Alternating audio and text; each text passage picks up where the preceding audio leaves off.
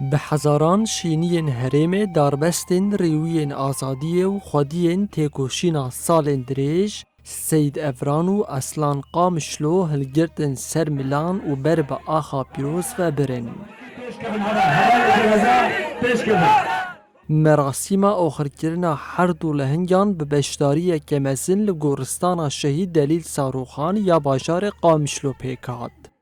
د مراسم دا بحثا تکوشین و خبات راگینر دنگ راسی سید افران و شورشگر مزن اصلان قامشلو هاته کرن.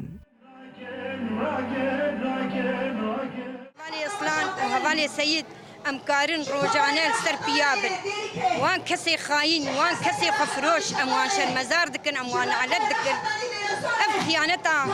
بی دین و بی وجدان بمره برن شهادتا هوالی اصلان و هوالی سید ام بينا قبول ناكن ام شوبداري وابن حتى نقطة داوي هواي كردستان ده تایبت ام هاتن گریدان شهیدا خطا شهیدا به خطا گو سروکا پوشمر دانی ام ابدوی خطا دبن او خطا شهیدای حواله سید حواله اصلان دیروکا خو به تیپن زیرین دیروکا کردا ده چاندن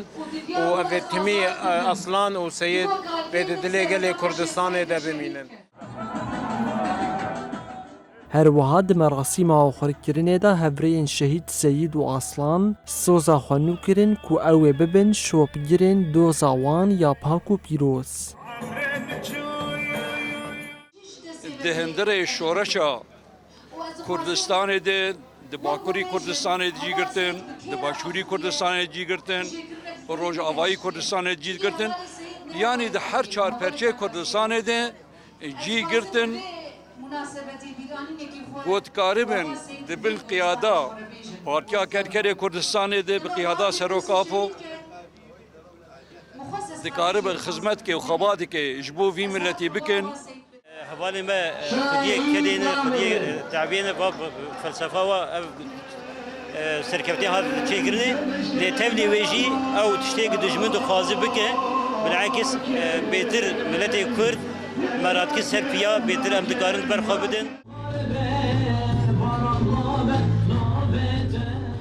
شورشگر و روزنامه‌وان مزن سید افران 22 ایلونش بر نخوشی دل و فرماندار لهنگ اصلان قامشلوجی 17 ایلونت انجام ایرشک داگرکری دا شهید بون و لدو خواه میراته که همدمی هیلان.